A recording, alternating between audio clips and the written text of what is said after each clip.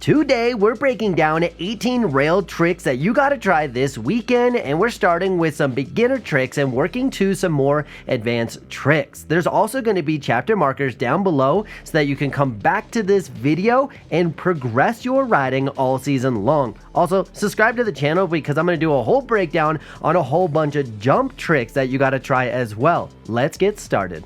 First, we're going to start with this ride on 50-50. Essentially, a 50-50 is just being in your normal snowboard stance going across the feature. You're not doing anything sideways or anything, just keeping it nice and simple. Now, as you're riding into this, I suggest keeping your shoulders, knees, and hips stacked over each other just like I am. My eyes are looking at the end of the feature, and I want to be in a flat base position about 3 board lengths before the end of the feature, meaning I don't want to do a lot of setup turns or a lot of turns before I enter the box. Just keep it nice and simple, get in a nice flat base position, and then ride on the box. Once we're on the box, I'm going to keep my knees bent and eyes at the end of the feature. As I continue to ride on the feature, I am minimizing any tilt. I want to make sure that I'm not going on my heels or toes. I'm simply trusting my body position to stay in that neutral position. As we ride off of the box, I'm going to keep my knees nice and bent. I get in contact with the snow, then that's when I will do speed management,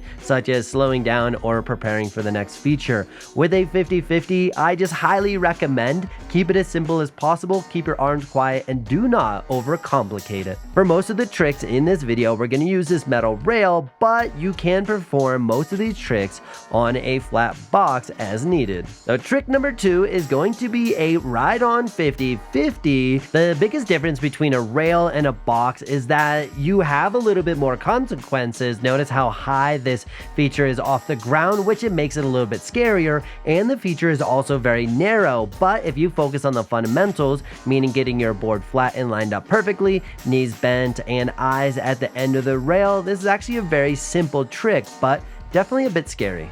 Trick number 3 is going to be an urban on style 50-50. This simply means we cannot ride on anymore. We're going to have to hop in from the side. Now let's break it down from the beginning. As we're riding in, I suggest that you enter with the front side of your body facing the rail, and you're going to be able to jump off your toes and land on the rail. Makes it a lot easier and less scary.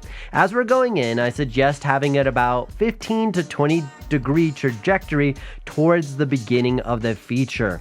Now, as we do that, if we just were to land directly on top of the rail, our momentum is going to just carry us across the feature. So we have to do this little tactic where we hit the side of the feature and then we're going to roll on. You're going to notice in the video right now that I'm actually lifting up my toes, hitting the side of the feature, which allows that momentum to redirect towards the end of the rail. Once I've been able to accomplish that redirect, then it just feels like a normal 50-50 with our knees bent, lead, shoulder, and eyes at the end of the rail. But you're definitely gonna have to practice that urban on approach. And again, you're trying to hit the side of the rail, roll on, and redirect your momentum. Trick number 4 is a backside board slide. Let's start off with your speed management. I suggest coming into the feature with a speed that you're confident with. Too fast, you're going to be a little hesitant.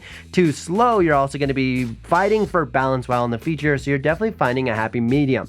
And then our goal is to enter the rail with a heel side turn. That's going to help release the edge and help us spin the board just a little bit.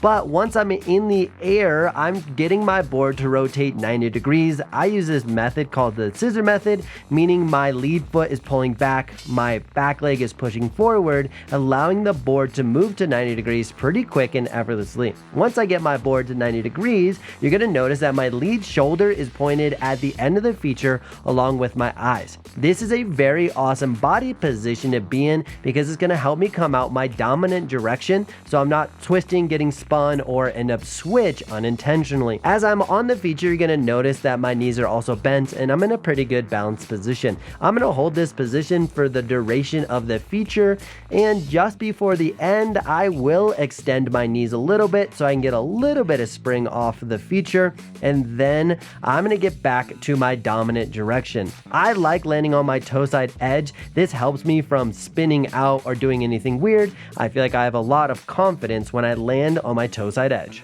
Trick number 5 is a backside blunt switch out. Let's first break down the terminology of this trick. So starting with backside, you're gonna notice that we're entering on our heel side, but our back is technically facing the feature, so that's why we're calling it a backside trick. Then a blunt simply means that my lead binding is going up and over the feature and I'm landing on my back binding. And then we're gonna be riding switch out. Now you know exactly why it's called back blunt switch out. Now let's break down the movement. Do a nice heel side turn with a little bit of extension so you can catch some air so that you can get that board to get to 90 degrees before landing on the feature.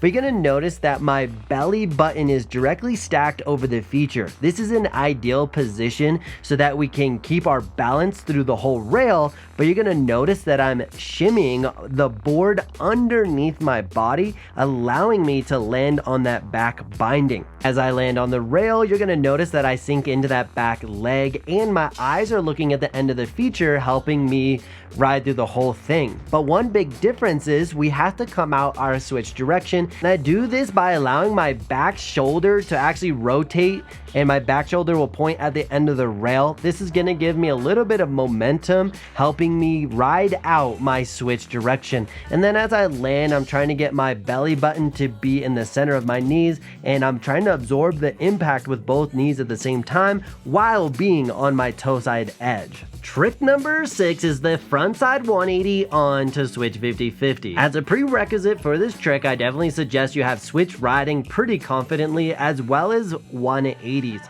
You're also going to notice that I went over the front of this feature. Sometimes you may need to enter from the side, but we're discussing just going straight on and over.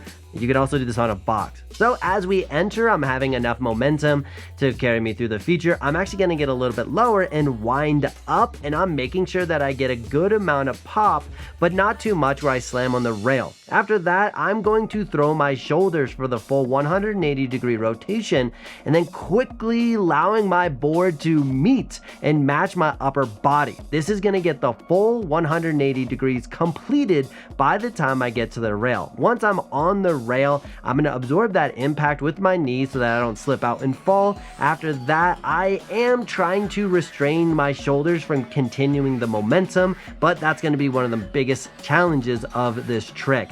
As I land on the feature, I'm countering that momentum of the shoulder by trying to open up just a bit.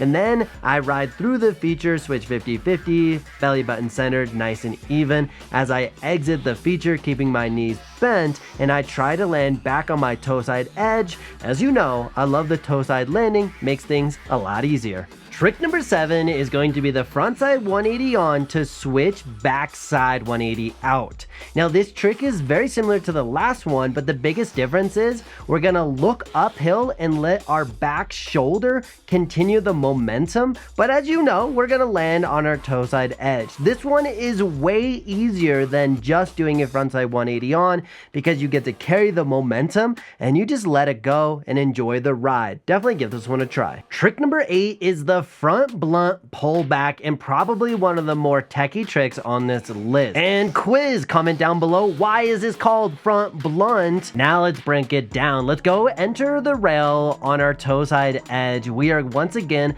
going to get our belly button to be over the rail and shimmy our board out from underneath us. And as we land, our goal is to be at 90 degrees and sinking into that back foot. Now the technical part of this trick is we gotta let our lead shoulder and eyes point down the hill, and you're gonna have a lot of spine rotation to accomplish this task. As we're on it, we're gonna extend our back leg, pop out a little bit, and then, as you know, we're gonna get back to our toe side edge. This one's super techie, definitely give it a try. Trick number 9 is going to be the front blunt switch out. And this one is very similar to the last one. The biggest difference is as soon as we get on the rail, instead of our lead shoulder pointing down the hill, we're gonna gonna allow our lead shoulder to point back up the hill, allowing us to get a little bit of momentum and helping us pop out switch. Now, once you're on the rail, you're completely blind. You're definitely gonna have to have that experience / kinesthetic awareness to know where you're at. But one thing that's gonna help is as you're riding into the feature, you're gonna look at the end and then estimate how much time you're actually spending on the feature / having that sense of time. So that's definitely gonna help. But as we get close to the end of the feature, you're going to extend that back leg just a little bit, get a little pop, and then rotate that board back uphill so that you can land switch and land back on that toe side edge. Trick number 10, we're doing a front blunt, same way, 270 out. And yes, we're building upon the last two tricks, except for this time we're gonna keep the rotation going and get a full 270 out. The biggest difference is I wanna come in with a little bit more wind up in my shoulders, and as I'm on the feature, I'm gonna let my lead shoulder continue to rotate, and my eyes are going to try to complete a full 360, meaning I'm looking back down the hill. If I can get my eyes and lead shoulder look down the hill, it's gonna allow that 270 to come out way easier, but we're not trying to have our core super tight during that, because then our whole body and board are gonna rotate on the rail. We wanna make sure that we're gentle or soft with the belly button and the core so that you can have upper and lower body separation. You're gonna notice how much twist I have in my shoulders, but my board is not moving too much. And then you're going to extend off that back leg, jump, create some hang time, and then get your legs to swing all the way around to complete the full rotation. Trick number 11 is going to be the back blunt, same way, 270 out. Very similar to the last one, but I would say a lot easier. Come in with a little bit of momentum, get your board to get 90 degrees, and then I'm gonna get my lead shoulder to spin uphill and eyes uphill. I have less twist than the last one, but still getting those shoulders to rotate.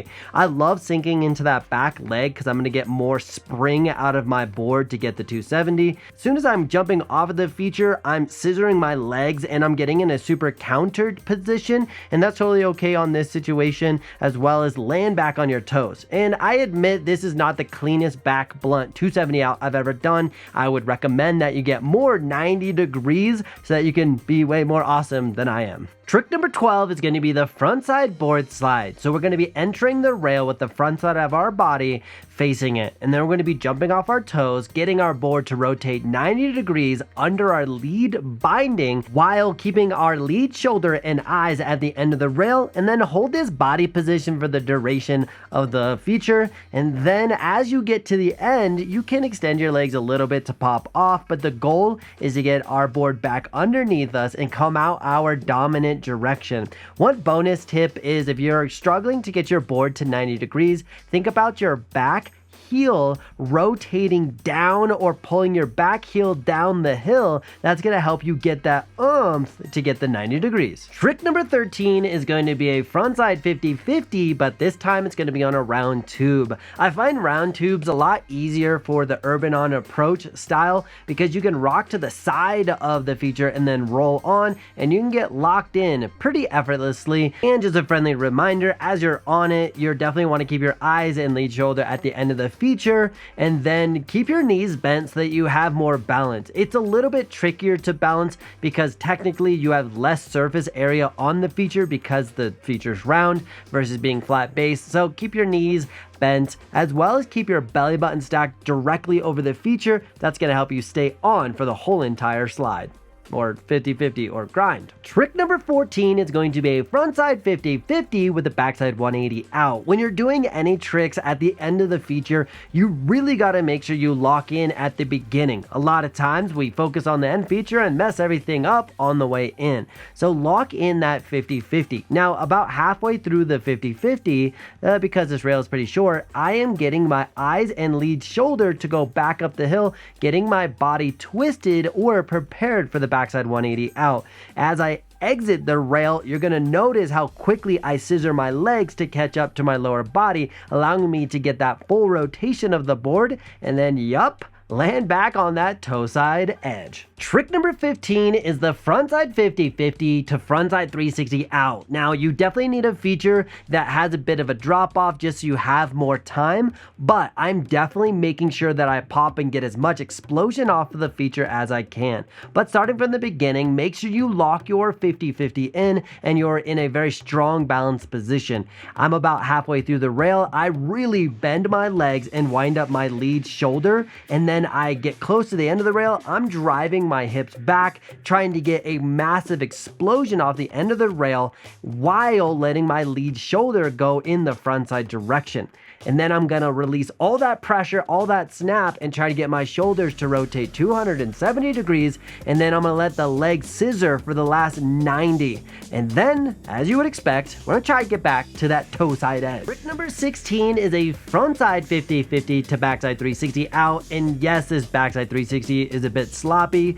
Definitely be better than I am. But let's break it down regardless. My goal is to do the 50-50 and get locked in, but this time, instead of being dead center over the rail, I actually want my balls of my feet to be over the center of the feature. This allows me to get more spring out of my toes so I can get that pop and that explosive drive. With this feature being super short, we got to do everything really quick. So as soon as I'm on the feature, my lead shoulder is going to start to go uphill. Notice how quickly I turn my head in the backside direction. And in theory, I should have been a little bit more patient waiting for the end of the rail. I think I would have been a lot easier and had more time, but definitely got impatient. But you're going to notice that I'm driving my shoulders for as much of the rotation as possible. And then I'm scissoring my legs, trying to get my board to wrap around and complete the full 360. And then, yes, okay, you already know.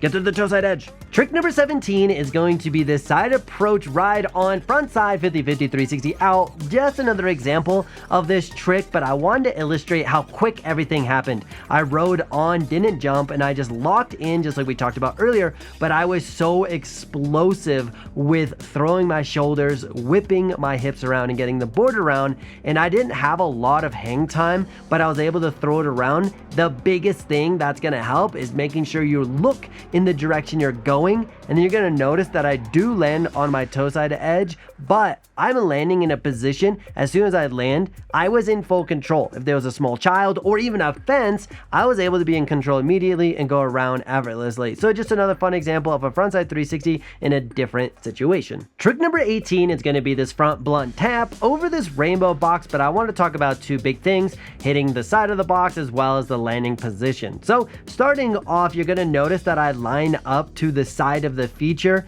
and my intent is actually to jump up, shift my body underneath, get my board to be a little bit more vertical than flat. But I intentionally tap and then I'm expecting to land flat. I have no intention of landing on the back side of this feature. With that said, I'm letting my lead shoulder point down the hill like we discussed earlier, but my main objective is getting my weight to be back centered and landing with both knees at the same time. You're also gonna notice as I land, my knees track out and over my toes, giving me a biomechanically awesome position. So when I am taking those massive impacts, that I'm not creating any vulnerabilities in my knee. This is a big thing whether you're doing frontside, backside, rails tricks, or jumps, is landing in this awesome position. So because you made it this far, you get that awesome bonus tip of that's how you should land. If you're digging the content, definitely give this video a like, share it with your friend, because we're trying to make every snowboarder as awesome as possible. And if you're interested in picking up these sick Benetek goggles, check out shopbenetek.com. I also do a live stream every single Tuesday at 7 p.m. Mountain Standard Time. I hope to see you there.